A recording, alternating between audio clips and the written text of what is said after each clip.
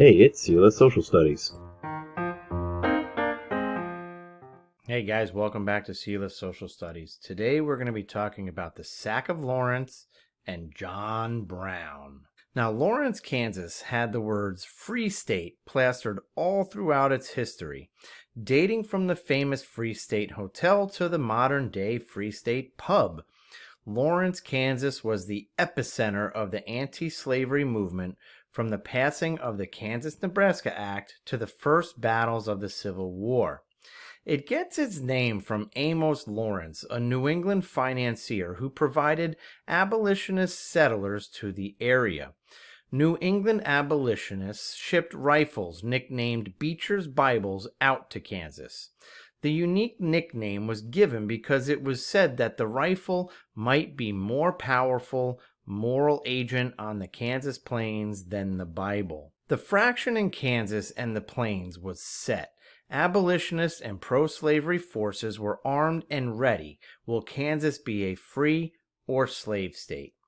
Franklin Pierce, who supported the Compromise of 1850 and the Fugitive Slave Law, refused to step in and resolve the contested election of the 1854 Kansas-Nebraska Act. The act resulted in a rush of pro-slavery and abolitionist groups into Kansas because popular sovereignty would decide if Kansas would be a slave state or a free state. There were more border ruffians than abolitionists that placed votes, angering Northern Whigs, later the Republican Party, who wanted Kansas to become a free state. Southern Democrats and Southern Whigs were pleased that Kansas would begin as a slave territory when between 1854 and 1857 Kansas was considered pro-slavery. Now, these Missouri border ruffians rushed into Kansas with multiple agendas. Number one, their goal was to stuff the ballot boxes. Number two, they planned on burning down the building in Lawrence, the abolitionist stronghold. And number three, to rough up anti-slavery abolitionists and strike fear into Kansas citizens. This is when pro-slavery and anti-slavery groups clashed violently in what became known as Bleeding Kansas. The rumbles of what was transpiring in Kansas were felt all the way in the nation's capital, when physical altercations or fights broke out on the Congress floor. In May of 1856, Senator Charles Sumner from Massachusetts criticized pro-slavery forces and even insulted Kansas-Nebraska co-author and senator from South Carolina, Andrew Butler. A member of the House of Representatives from South Carolina, Preston Brooks, took a club and beat Senator Sumner unconscious. An anti-slavery group of Northern Whigs created a new government in protest and based itself in Lawrence, Kansas. While losing the original vote to slavery, the new anti-slavery Republican government would ultimately prevail when in 1857 abolitionist votes outnumbered pro-slavery forces, making Kansas a free territory. Immediately after this vote, the new anti-slavery government applied for statehood and Kansas entered the Union as a free state. So as I said previously, Lawrence, Kansas was the epicenter of the anti-slavery movement in the new territories. Most of the population in Kansas wanted the new territory to be admitted into the Union as a free state, but in 1856, pro-slavery Judge Sam LeCompte demanded that the new anti-slavery government, named the Free Soil Government, be charged with treason. Many members of the Free Soil Government lived in Lawrence. Later that year, in May of 1856, pro-slavery forces numbering nearly 800 men from Missouri rode into Lawrence to arrest members of the Free Soil Government. These border ruffians, as they were called, not only arrested some of the members, but also attacked the city by burning and looting homes of anti-slavery supporters. These ruffians were also some of the people who were determined to stuff the ballot box, originally causing the Kansas territory to become a slave territory. Border ruffians would ultimately aim their cannons at the Free State Hotel and bombed it into oblivion. Anti-slavery Republicans across the nation were furious as both political parties attempted to bring Kansas into the Union. Neither party could attain the amount of votes necessary to enter as a slave or free state until Kansas entered as a free state in 1861. The sack of Lawrence and the response to it unknowingly became the first bloodshed between the anti-slavery and pro-slavery forces that would catapult Kansas into a civil war that would set the stage that sent the United States spiraling into civil war.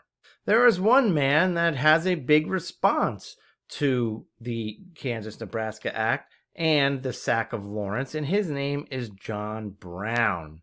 And one of John Brown's response to the sack of Lawrence is what we call the Pottawatomie Creek Massacre. Now, to understand the history of John Brown, you have to understand where he was from, and it depends whether you were a northerner or a southerner. These factors will decide if one of you believes that Brown was a hero or a terrorist. Brown was a fierce abolitionist and devout reader of the Bible. John Brown was born in Connecticut and moved to Massachusetts, where his deep hatred of slavery was born. When John Brown heard about what was happening in Kansas, he, his wife Mary, and his 20 children packed up everything and headed west.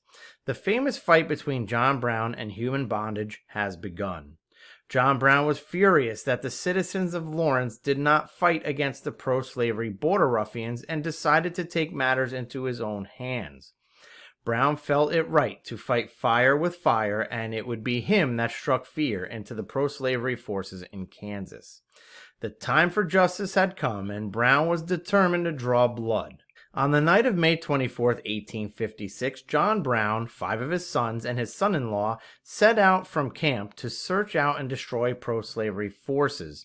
Brown and his men, armed with rifles and swords, entered the pro-slavery town of Pottawatomie Creek and knocked on well-known slave supporters who attacked Lawrence.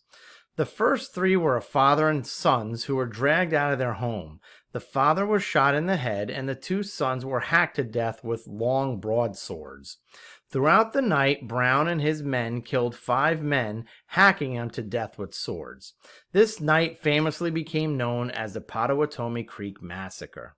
When word of the massacre got out, the South was outraged. Even though buildings were destroyed in Lawrence, pro-slavery forces did not kill anyone. Southern militia would try and hunt down Brown and his sons as they fled through Kansas. The militia had arrested 2 of Brown's sons and held them captive, and when the militia had been camped out overnight in a small field, Brown and his abolitionist forces attacked the camp, where over 100 men skirmished for over 3 hours. The pro-slavery militia surrendered. Brown retrieved his sons and fled into the night. The Battle of Blackjack is argued to be the first battle of the impending Civil War. People in the North looked to John Brown as a hero. Southerners felt him to be a terrorist. The sack of Lawrence and the massacre at Pottawatomie Creek set off a civil war in Kansas, and by the end of 1856, over 200 people lay dead in cold blood. Federal troops were later sent in to stop the fighting, but there were too few to make a difference. Kansas set the stage for the catastrophe that raged the nation for only 5 years later. Only a few years after the Kansas uprising, John Brown and his sons had made their way back to the east coast of the United States. Habitually on the run and always finding trouble, Brown again had the idea to destroy the institution of slavery. His plan was to instigate a major slave rebellion in the South, to have the vast number of slaves rise up against their masters and beat slavery into the ground. By the late 1850s, the total white population of the southern slaveholding states that would eventually secede from the Union was about 5.5 million people, and the total slave population was around 3.5 million. Some states like South Carolina and Mississippi had a larger slave population than free, so Brown's idea made sense. On October 16, 1859, John Brown led a small army of 18 men into the small town of Harper's Ferry, Virginia. Located in Harper's Ferry was the Federal Arsenal, a place which held weapons for the United States Army. Brown's plan is that he and his men would storm the arsenal, seize the arms and ammunition, and arm slaves in the area. Brown and his men surprised the Federal troops protecting the guns and seized the prize.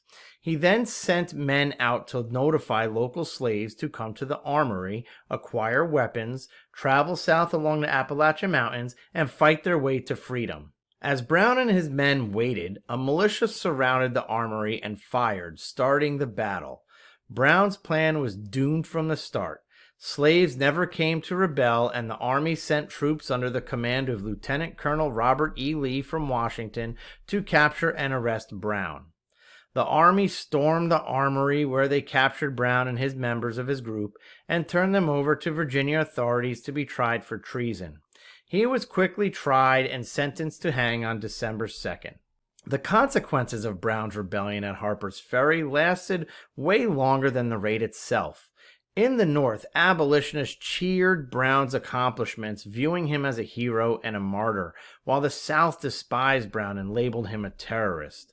Northerners mourned the day Brown was hanged, while Southerners felt threatened, calling for a secession from the Union, which would then lead to the Confederacy and would then lead us to the Civil War. I'll see you next time.